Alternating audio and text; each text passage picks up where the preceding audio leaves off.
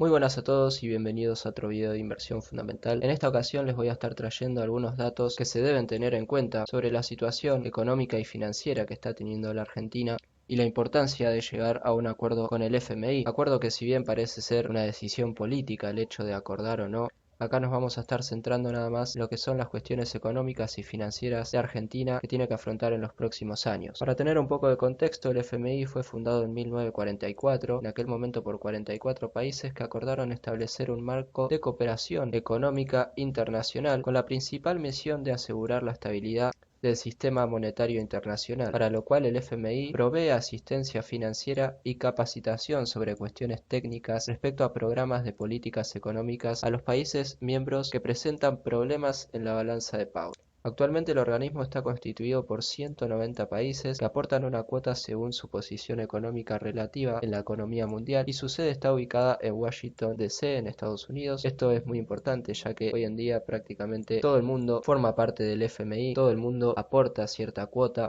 por ende defaultearle a este organismo sería bastante perjudicial ya que del otro lado están todos los países del mundo.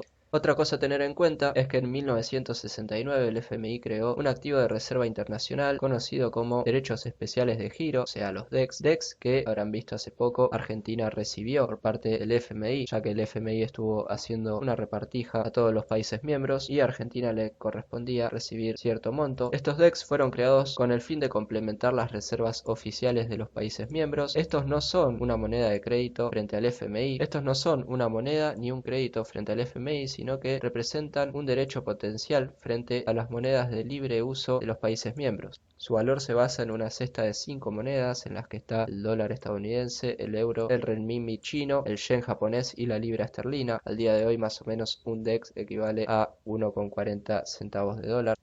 Y hay que tener en cuenta que el FMI proporciona sus diferentes tipos de préstamos en DEX. Acá tenemos un cuadro que nos muestra la distribución de los créditos otorgados pendientes de pago. Tenemos en la categoría Otros un 41%, Ecuador 5%, Pakistán 5%, Ucrania 7%, Egipto 13% y Argentina, que es casi el 30% del total de la cartera de préstamos pendientes de pago que tiene el FMI. Esto vuelve a la Argentina en un deudor muy pero que muy significativo, con un gran peso dentro de los deudores del FMI. La cartera equivale a unos 146 mil millones de dólares aproximadamente. En cuanto a los principales acuerdos que existen con el FMI, tenemos dos tipos muy bien clasificados en este cuadrito. Tenemos los acuerdos de stand-by. Este es el acuerdo que tiene el objetivo de responder rápidamente a las necesidades de financiamiento externo de los países y respaldar políticas que los ayuden a salir de las crisis y volver a un crecimiento sostenible. Tiene una duración que va de un año a 3 años, un plazo de reembolso de 3 a 5 años y unas condiciones de pago que son en 8 cuotas trimestrales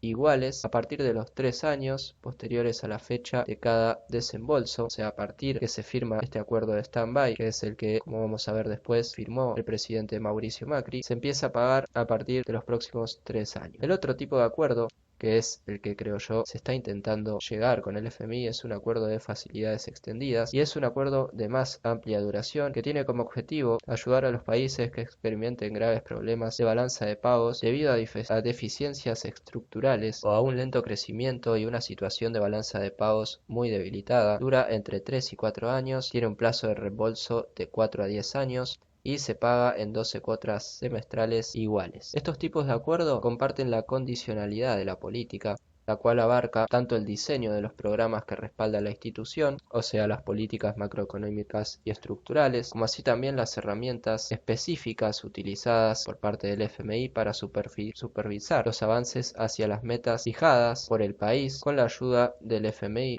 Estas medidas también tienen por el objetivo proteger de alguna manera los recursos del FMI, garantizando que la balanza de pagos del país sea lo suficientemente sólida en el futuro para que le permita reembolsar el préstamo. El país al que se le otorga el préstamo, es decir, el que está teniendo problemas, es el principal responsable de la selección, formulación y ejecución de las políticas que se adopten para alcanzar los objetivos del programa respaldado por el FMI. Este programa se tiene que describir en una carta de intención en la que se incluye a menudo un memorando de política económica y financiera. Esto básicamente lo que se le está exigiendo al gobierno argentino, más que nada al ministro Guzmán, que se envíe esta carta de intención al Congreso para que se pueda discutir entre todos los actores de la política. Este programa a su vez tiene que ser presentado al FMI y este lo tiene que respaldar. De acá es donde sale toda la negociación, todas las variables se tienen que fijar de acuerdo a la intención de las dos partes. Otro tema importante tiene que ver con el costo asociado al financiamiento, el cual se puede dividir en tres partes. Tiene una comisión inicial, cargo por servicio y tasa de interés. Esta tasa de interés es una tasa de interés de los DEX determinada por el mercado con un nivel mínimo de 5 puntos básicos más el margen, que actualmente son 100 puntos básicos, más una sobretasa que depende del monto y el plazo de reembolso de crédito. Acá es lo que están tratando de negociar las autoridades del actual gobierno argentino para que se bajen estas sobretasas.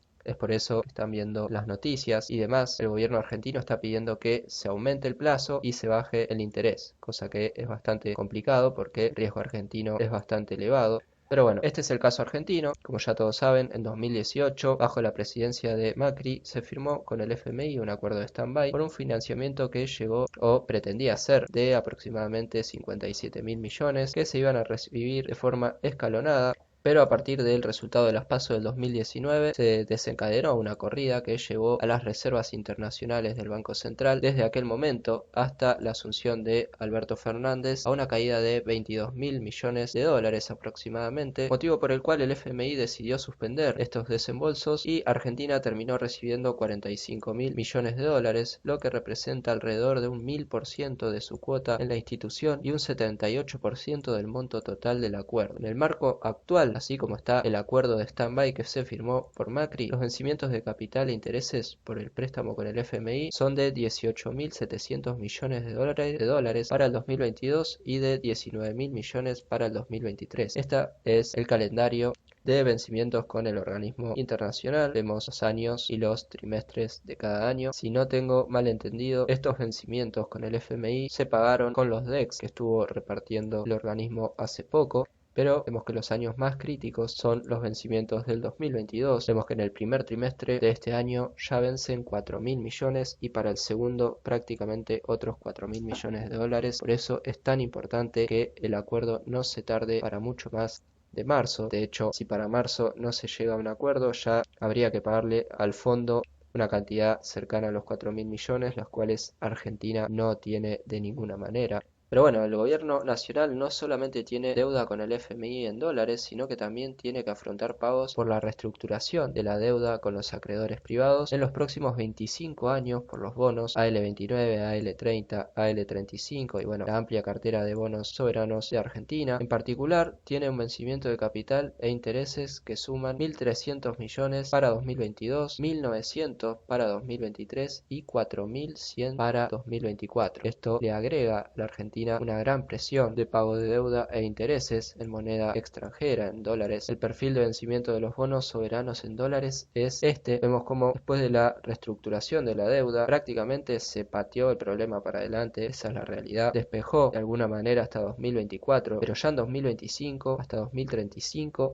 la Argentina va a tener que hacer frente a pago de deuda en estos 11 años por un monto equivalente a 124.000 millones de dólares. O sea que en 11 años Argentina va a tener que pagar por la deuda privada montos que superan los 8.000 millones de dólares anuales. Pero esta no es toda la deuda, también la administración central tiene como compromisos financieros en dólares algo menores relativamente, pero que de igual manera están. Estos son los que se tienen con otros organismos internacionales como el Banco Internacional de Reconstrucción y Fomento por 8.000 millones, con el Banco Interamericano de Desarrollo también unos 13.000 millones y también con acreedores privados de bonos en euros por 6.000 millones. Y por otro lado, los ingresos en dólares, que hay que tener en cuenta que actualmente Argentina no cuenta con acceso a los mercados internacionales, ya que el riesgo país se ubica a los 1.700 puntos, ahora creo que incluso es más alto, y que el saldo comercial por las exportaciones y las importaciones en los últimos 10 años, del 2011 al 2020, años en los que Argentina no creció, fue un promedio de 4.700 millones, y que la inversión extranjera directa tiene un comportamiento bastante errático, con un pico en los últimos 18 años de 15.300 millones en 2012 y un mínimo de 1.600 millones en 2003. O sea que a simple vista se puede llegar a la conclusión que los ingresos en dólares de Argentina no son suficientes para hacer frente a los pagos y que el acuerdo con el FMI es de vital importancia para no entrar en default. Si comparamos y tenemos en cuenta algunos casos de otros países que acordaron con el FMI, vemos el caso de Pakistán, la cual hay que recordar que equivale al 5% de la cartera, y que en septiembre del 2013 las autoridades de Pakistán llegaron a un acuerdo de asistencia financiera con el FMI por un total de 4.400 millones de DEX, aproximadamente unos 6.600 millones de dólares. Al país se le exigieron las clásicas medidas de ajuste fiscal, a las cuales se le sumaron la necesidad de llevar a cabo privatizaciones, empresas públicas y la implementación de una política energética integral que termine con los cortes eléctricos. Y acá nos dice que si bien estos eventos suelen impactar significativamente en los mercados del país que solicita la ayuda financiera, en este caso las acciones y los bonos de Pakistán no tuvieron variaciones destacadas y la devaluación en el segundo semestre fue de apenas el 5,6%.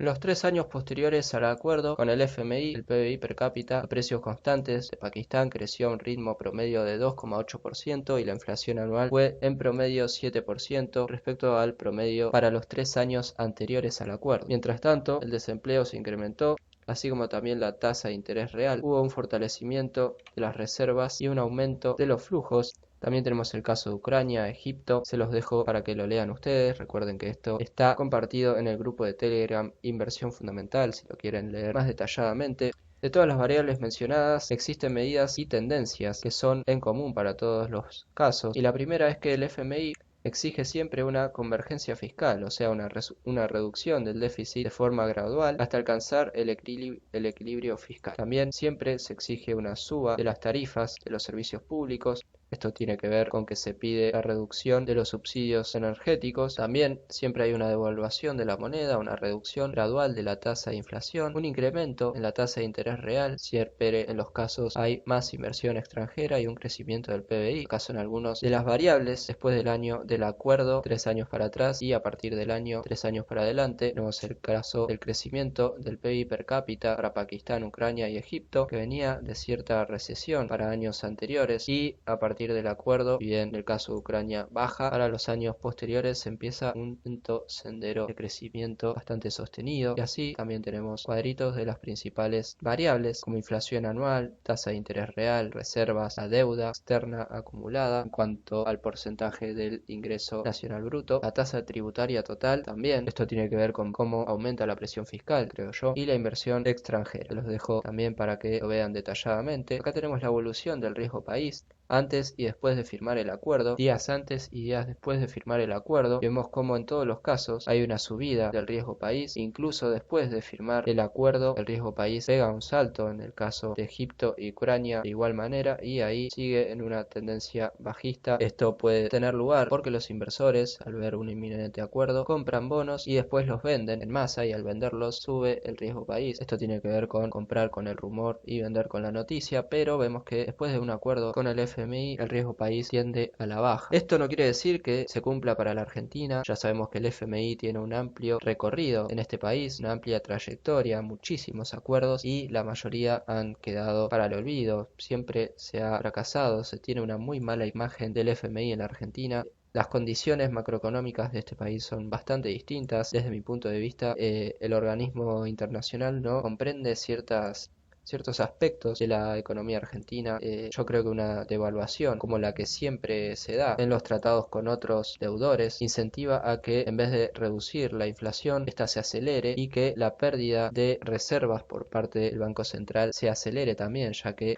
cuanto más sube el dólar más va a comprar. Así que si bien las condiciones son muy distintas, estos son los casos que tenemos de referencia con otros países y a los que hay que prestarle atención. La subida de las tarifas de los servicios públicos por la baja en los subsidios económicos esto se va a realizar. Esto puede beneficiar a cierto sector argentino, ciertas empresas del sector energético o no, pero bueno. Básicamente, Argentina está obligada a firmar un acuerdo, el FMI también lo está, así que desde mi punto de vista se tiene que llegar a un acuerdo, sino que el último que apague la luz, básicamente. Seguramente sea un acuerdo que aumente los impuestos, que baje algunos gastos estatales, pero bueno, estos son algunas de las variables macroeconómicas a tener en cuenta. Estos son los vencimientos con el FMI, estos con la deuda privada. Es muy complicada la situación financiera argentina, la balanza de pagos, si bien parece ser positiva en los últimos años, no lo es en suficiente medida. La inversión extranjera, para nada alentada en la última década, es bastante errática, y el hecho de no tener acceso al financiamiento externo por el alto grado de riesgo país que tenemos y las sobretasas que se pagan, nos complicaría muchísimo hacer frente a este pago de deuda. Por eso, firmar un acuerdo con el FMI puede ayudar a que baje el riesgo país y así poder volver a tener financiamiento externo, como pasó con los casos de países que también le deben al fondo. Después de firmar un acuerdo, el riesgo país tendió a la baja, así que básicamente es eso. Estos datos fueron todos sacados de una nota periodística compartida por el broker Invertir Online y se las traigo yo a ustedes. Y ahora sí, sin nada más que decir, invito a que te suscribas, que te unas al canal de Instagram Inversión Fundamental. Todos los links van a estar en la descripción. Ahí también en el canal de Inversión Fundamental de Telegram estoy dejando el Word. Y ahora sí, sin nada más que decir, un saludo y hasta la próxima.